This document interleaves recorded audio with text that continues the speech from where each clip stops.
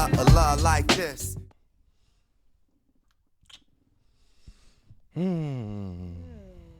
Happy Valentine's Day. Happy Valentine's Day. Happy Valentine's Day, y'all. What's goody? It's another beautiful episode of Love Like This. And it's Valentine's Day. Honestly, this is my favorite holiday of the year, other than my birthday. Is it? Yeah. Oh, shocker. I didn't know. What? Why is that a shocker? I just didn't know this was your second holiday favorite. Yeah. I love Valentine's Day and I love love. How do you feel about Valentine's Day? It's whatever. I think it's, made up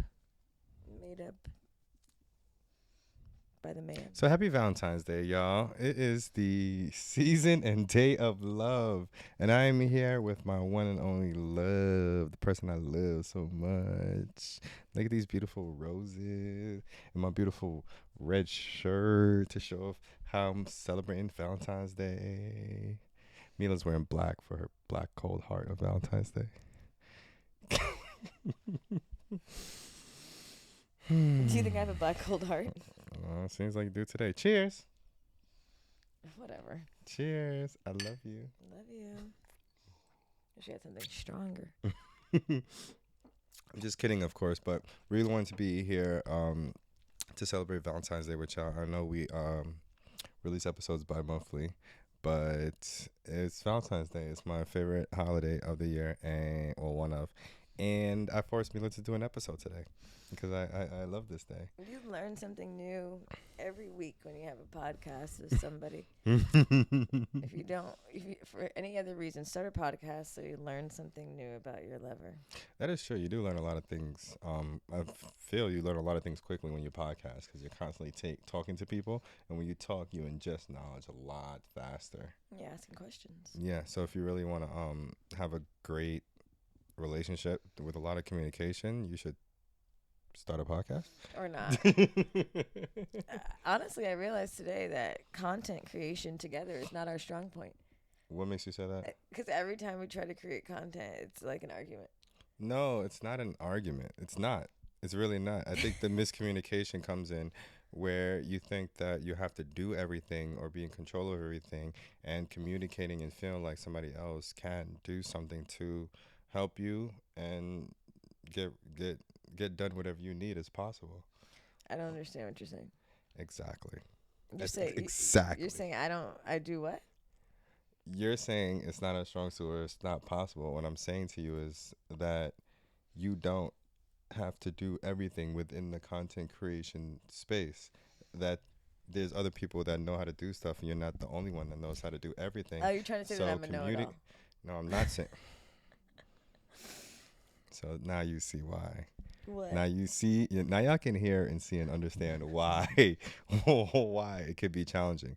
What I'm saying to you is, in a creative space, you cannot do everything. Within that creative space, you have to communicate and you have to actually speak out loud the things that you want done so that creativity can come to light. In order to do that, there must be proper communication. So it's not that we have a struggle or we can't get things done in the creative space. Is that there's a certain amount of communication, and then you can't feel like you could do everything, because then nobody's being creative, just you. Okay. Yeah. A moment ago when I was getting you to help me, it seemed like very difficult. Yes, because I kept trying to communicate with you and asking you and talking to you about the creative things, and you just kept telling me, well, just go read this. And because that was the outline of what needed to be created. I didn't know any other better way to fill you in about what needed to be created rather than simply show you the very detailed description that was written. Right. And when I showed it to you, you still were like, what are we doing? And I was like, read it. Yes, and I understand that. And so within that, right, that's when within that, I'm talking to you so I can understand more. I read the thing, right? And then there's a communication that happens after that, as in people speak to each other so that we can then come up with a plan to execute said thing. Oh, it seemed pretty self-explanatory. That's why maybe I was missing something. No, it's not self-explanatory. That's why you speak to people. I mean, when That's it's written in detail, description, that's line not the by line, definition of with examples, self-explanatory. it seems that is explanatory. Yeah, it's explanatory. And after it's read and explained to me, then you have a conversation that you're But if you're reading it, what needs to be explained? we won't. I never said anything needs to be explained. I said a conversation and communication happens. Okay. Well, I don't know if you'll see any reels from us coming soon. What's going on today? Nothing. What's happening? Nothing. I was just expressing to you my feelings about every time we try to create something, it seems to be a miscommunication. I think that it's a stretch to say that every time we try to communicate, that it's a miscommunication when we've created like a pretty good amount of things together. I guess you're right. We've created a lot of things together, despite the challenges. Yeah. So where are we going? Where are you going with this? Did you just want to throw a wrench into things? No. Did you? I just want to talk. I just want to express myself. Okay, I'm listening. Anyway, we're at home in our bedroom, guys, and the walls that I painted black. This is the most comfortable podcast setting we've ever had. You think we should do some more episodes like this? Would you Yeah, be more comfortable? because it's in my bed. Maybe that's what it is. Maybe the setting isn't right. Maybe there's some things that need to be tweaked so that you can feel a bit more comfortable. Things can be communicated easier, and then the execution can happen. Boom, just like that. Would that be more reasonable for you? I don't know if it's the bed that's going to make it the execution more reasonable, but this is an ideal location for content creation. Okay, so let's do some more content creation here. And I don't mean OnlyFans. I mean the bed, even though I've considered it being a late in life OnlyFans star. That's such a sad dream to have. Some people make it. That's What is considered late in life is my question. now. Like 40 plus, like 35. I mean, McDonald didn't make it till he was like 60. So, I mean, is there a late McDonald in life? had to shake ass and sell burgers?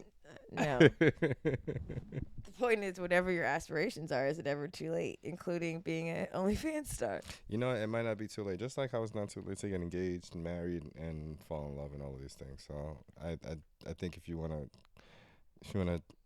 be a OnlyFans or a porn star, it's not too late. If you wanna open McDonald's, it's not too late. And if you wanna fall in love and get married, it's not too late. Do you think we're late? I'm late. I'm engaged. Like, I'm a late bride. No, not at Late all. in life bride. No. Well, you What is guys. this? What is it? Medieval times? Ye old, ye old woman is 36 years now. In medieval times, I'd be almost dead. Yes, you're right. You be elderly. The life span was very short.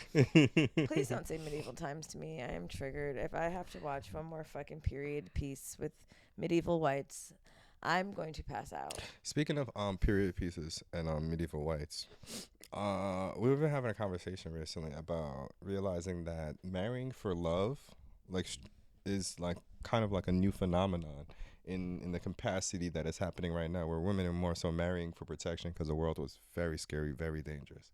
We're going back to that. I'm scared. No, but I'm saying now, it's amazing to see the capacity of how many people are marrying for specifically just because I love this person. And when women aren't marrying for what do you call that thing, protection, you see how different their attraction and things are to the men that they want. Yeah, I think marrying for love and partnership for love is a relatively new concept, especially for Black people because of slavery. I think that just historically women have had little choice in who they marry. Fathers were often choosing for economical reasons and support and survival. And so this is a new era, a new wave. And so like when we're seeing as a collective us struggling at it, it's because we don't have a lot of examples because it's a relatively new concept. And when you do something you haven't seen your parents do or your grandparents do, your great-great-great-parents do, then you're like, what the fuck am I doing?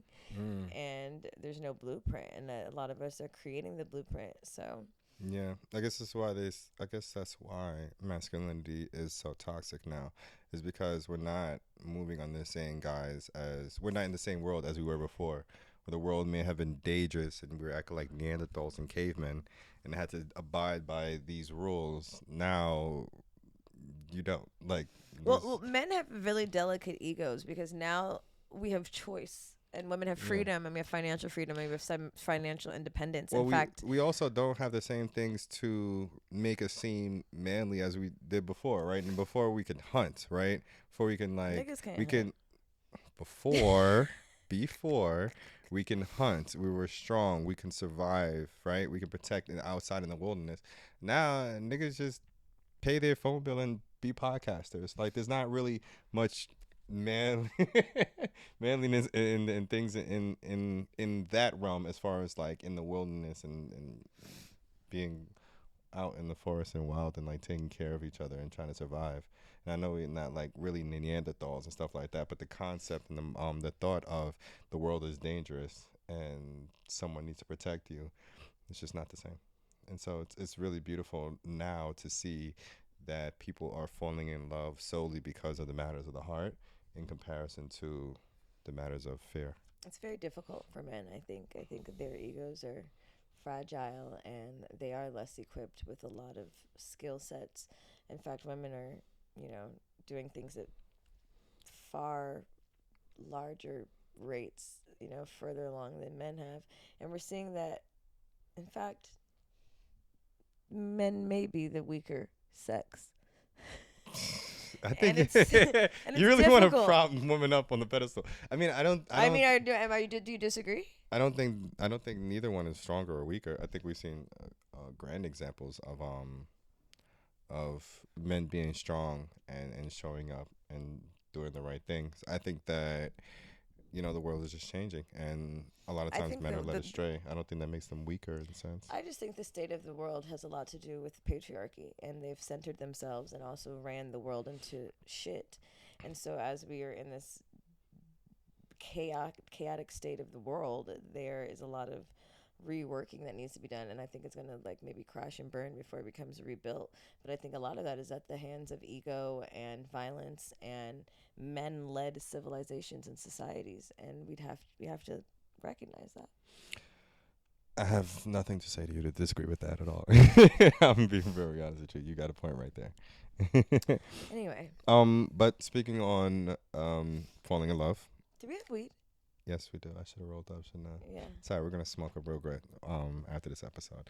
But speaking on love and marrying for love and going down that road and that journey and stuff like that, we're starting that journey. Can I hold your hand while I say this? Sure. We're starting the journey of marriage because now, if y'all don't know, we're engaged. For real this For time. for real, for real, for real, for real, for real, for real. Oh, Mila is not fired from the podcast. I know you've been hearing some earlier episodes. I kind of fired you and suspended you from the podcast for like Did a you month. even say that? That's what I've been telling people. You told everybody but me. I don't think you have the power to fire me, I dude. don't. But I'm so happy to be in this space with you right now and go down this journey of love and step by step go towards like our wedding day. Yeah, I know. We got engaged on 1/11 at 11:11 p.m. Cause your boy be doing that. Wait, hold up. Let me tell y'all what the engagement plan was, right? Cause Mila loves it. So first, I was going to just have people just like come over to the house like randomly on January 11th because it's 11/11. Just stop by randomly. Just stand by randomly, but 30 people. that was a stupid man idea. So Erica, um, our lovely friend, said that we should have a Good Moms season 2 launch party at the house. So I said, perfect. If we're talking about Good Moms, she's never gonna think anything of it. Yeah, So what you think of like whatever. yeah, I was like, okay, fine. For Good Moms, I'm with it. So the only 2 days I was thinking about for the whole year that I can propose to Mila was at January 11th or November 11th, so that it could align with 1/11 or 11/11. And on top of that, I want to propose to her at 11:11 p.m. So I had to get this right. I had literally 1 minute, 2 minutes in the whole year, 1 minute on one day, 1 minute on another day to get this right. Where did So this concept come from?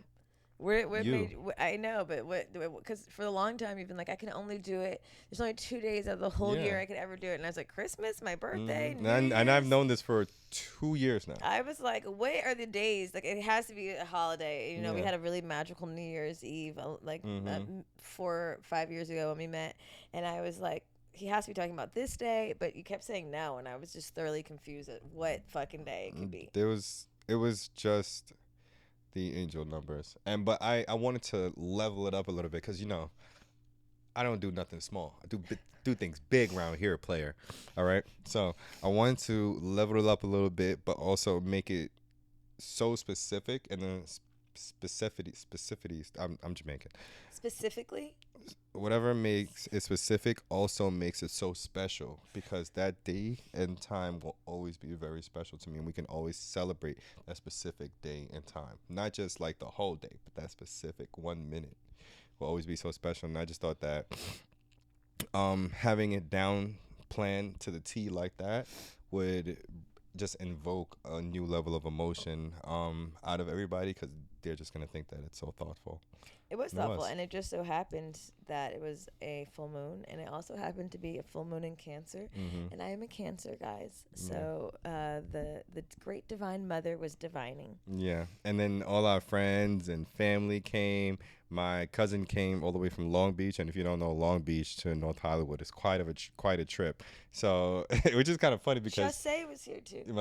my cousins on my side of the family is there, and Mila's like, oh, my cousins are here. They really support good moms. I just thought we were having something at the house. People were coming. You know, my parents came. Luckily, I'm pretty like close to my parents, so I'm like, we're gonna cook. Come over.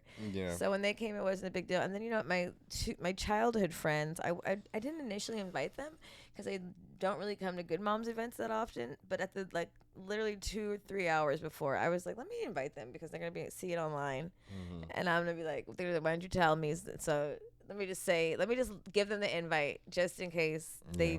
I know they're not gonna come. And then they came, and I was like, wow, everybody's here. Still, I thought nothing of it.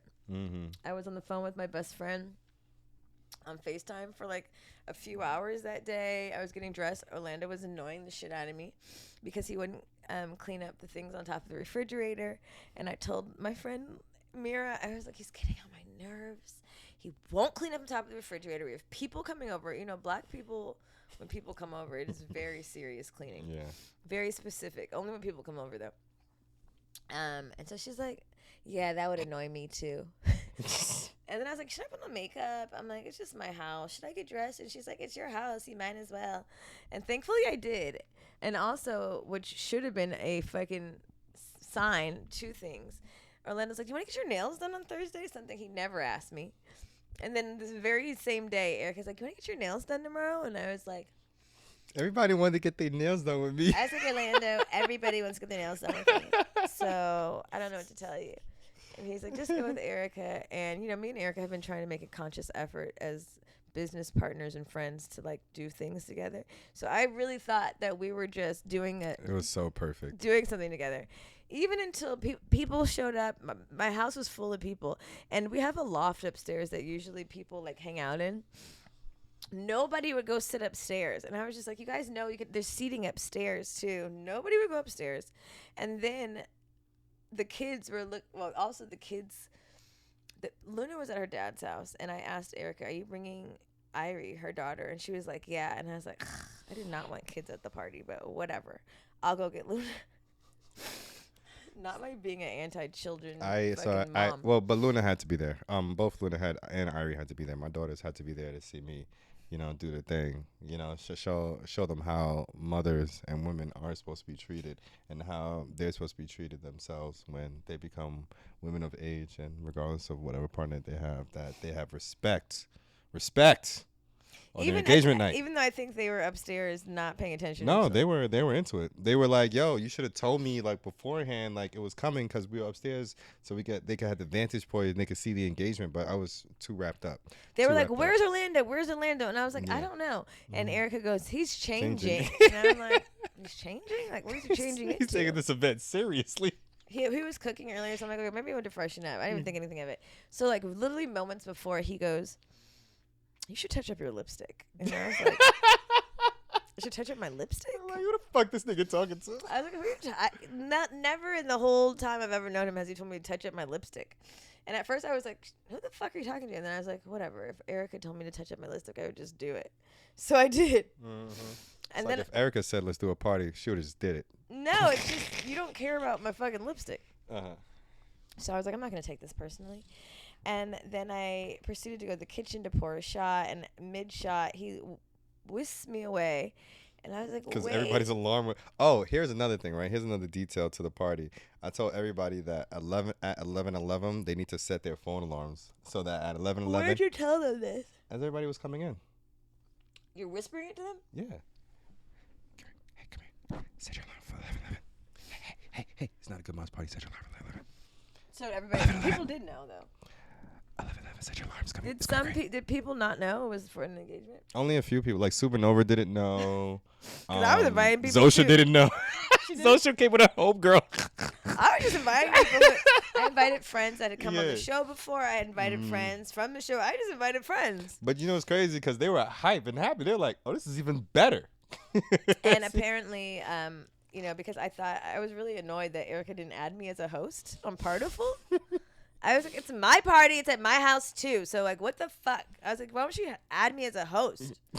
And then she uninvited you. She keeps uninviting me. And I keep going back to RSVP to see how many fucking people am I expecting at my house.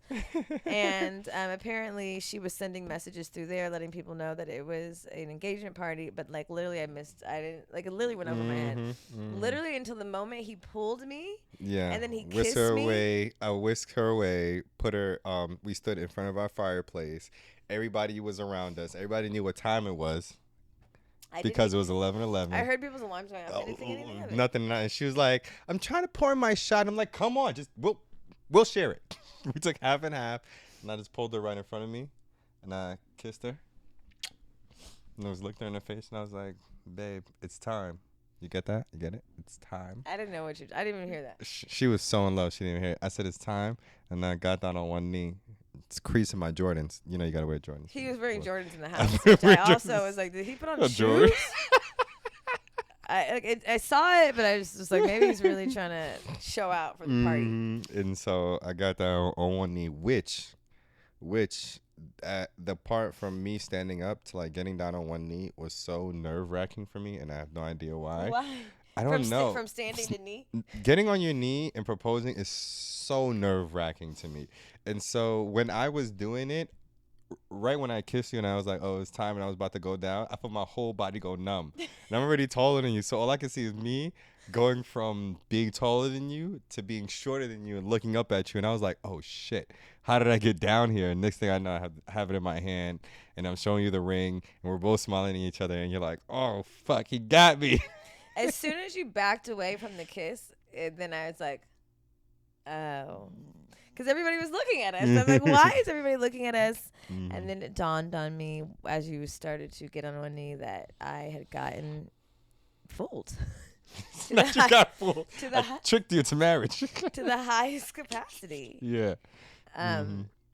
Yeah, but it was really nice. My family was there, my brother, my mom, my dad. It was beyond nice. It was really beautiful. It was beautiful. It was full of fucking love. The love was so concentrated in that house. The happiness I could, even when the jeweler came. Yeah.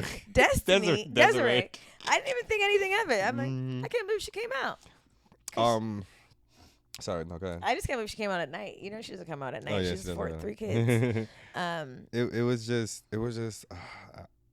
was just so beautiful. It was amazing.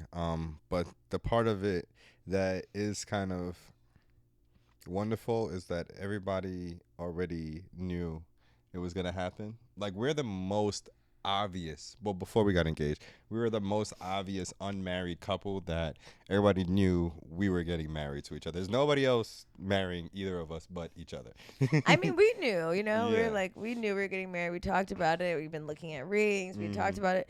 How But the energy is already there. it was just, yeah, and and I had yelled at him a lot for fake proposing on the internet, which is really fucking annoying. It's kind of funny. Um, But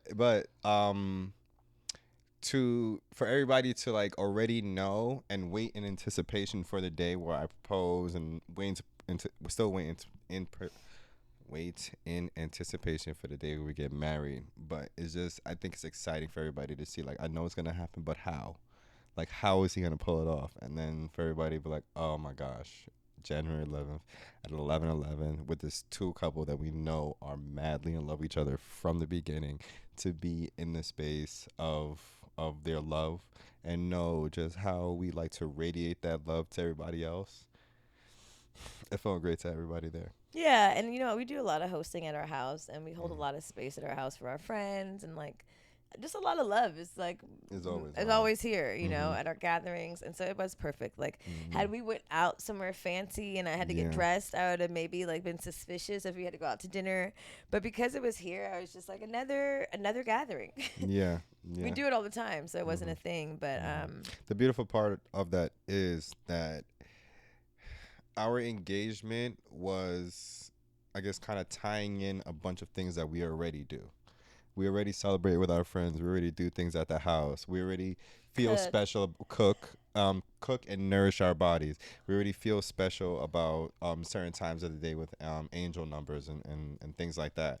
Like we, oh, not we, your boy was able to tie in all the things that make our relationship special and make it a moment for you. Yeah, you did a really good job. I was really impressed by your designing of our ring. And I did the ring. I did the engagement. What more you want from your boy? The ring was beautiful, and I was shocked when I saw it. It was, I was shocked in general, but then it's something about like A, getting on the knee, and then B, the reveal of the ring that I knew was in the house. Yeah. Was just like, oh shit, it's happening. And I thought for a long time, like, am I gonna be surprised? Am I gonna cry? Is he gonna be able to surprise me? And how am I gonna feel? And it just, I still am. It's been a little bit more than a month, and I'm still a little bit like, Mhm. oh yeah, I'm Yeah. engaged. Yeah. You attached to that ring. I am. And I will say this: post engagement, I think, is probably some of the happiest times that I've been in a relationship with you. Like this last month has been one of the happiest months that we've had, and we've been happy and in the honeymoon stage since we've met. And this last month has been one of the happiest, and I feel it wholeheartedly inside my chest. Do you have any fear? Has any fear come up? Like, oh, now it's real. Now we're gonna No, get married. actually, all the fear came up between when I got the ring and proposed. Because that's when, like, if I would get annoyed by something, I would go, "Oh my god, I gotta deal with this for the rest of my life." Well, now how do you feel? Because yeah, I was like, why'd I buy this yo, ring? I was like, damn, I already got the ring. Oh god, it's got insurance. Is it But insured? yeah, yeah, You yeah. insured it already? No. Oh. But there were things that would come up and I'm like, damn, can I deal with that for the rest of my life? And I was like, I need to relax. I'm just overdoing it. I'm What overthinking were the it. things? It would be nothing, my G. It would literally be nothing. But I would just be thinking about, okay, if it happened one time this time and it happened 3 times before, then it's gonna happen like 300 times for the rest of my life. Now it's like, oh, can I deal with that? And just like everything that kept coming up kept making me go, oh my God, can I deal with that for the rest of my life? And then I was just like, these aren't things. I'm just so overly anxious about getting on one knee and then making it solid and that for real. And now I have to continuously go down paths of love, this path of engagement, the path of marriage, the path of family, the path of kids, like all these adult things.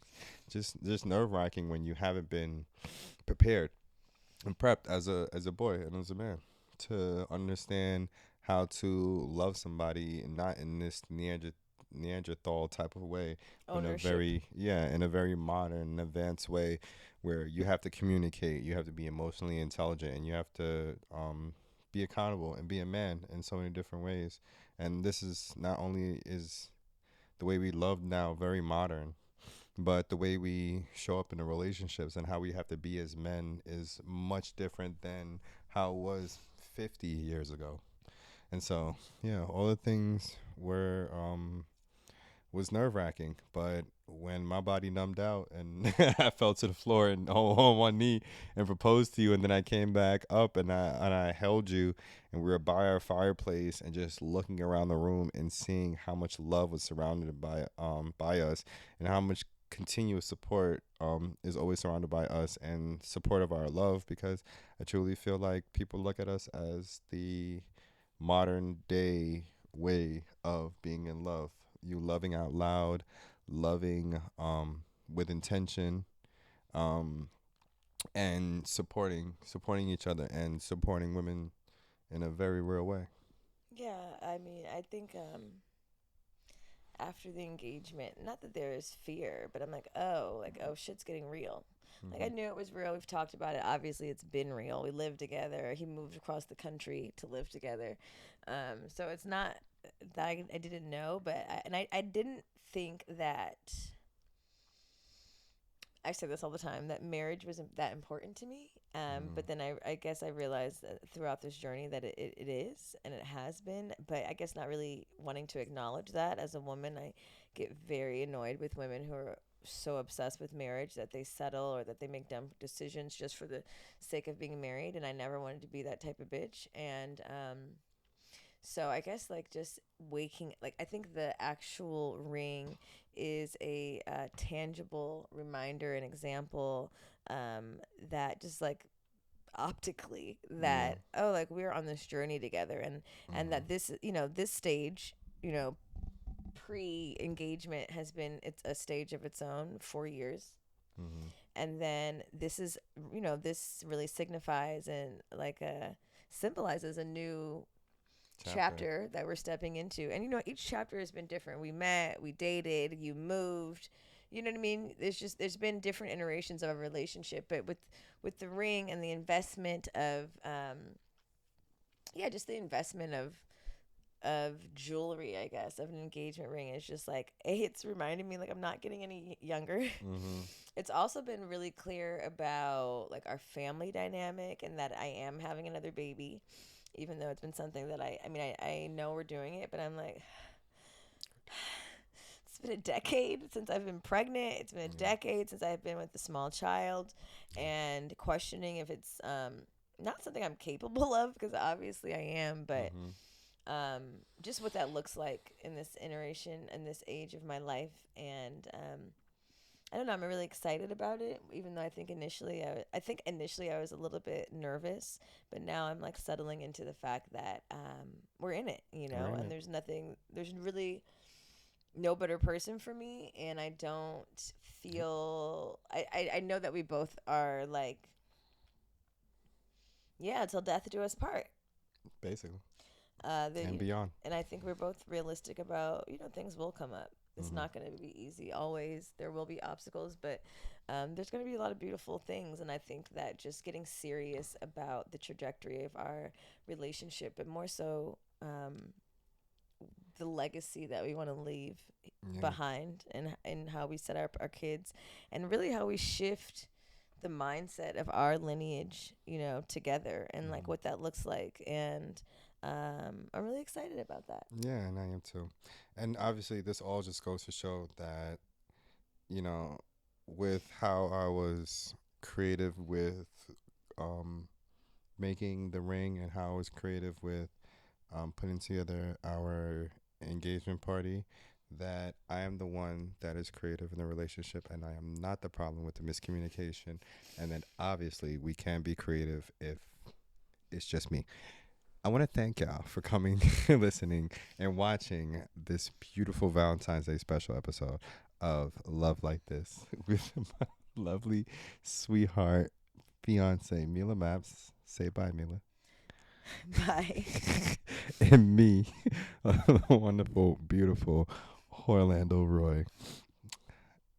I love y'all. This is Wait, love. side note. Orlando told me yesterday he's going to rev back up his OnlyFans. And I was like, you wait to be engaged to rev back up your OnlyFans? I think Weird. I think it'd be great if you were a creative coordinator. But I'm not the creative in the relationship. Listen, if y'all wanna love up on us and show us some love, follow us on Instagram at Hoochie Mama Dad. Listen to us, Love Like This, and watch us on YouTube, Love Like This, and send us some love because we love y'all too. Love you. Bye. Bye. Kiss me. I never knew there was a la la la la like this.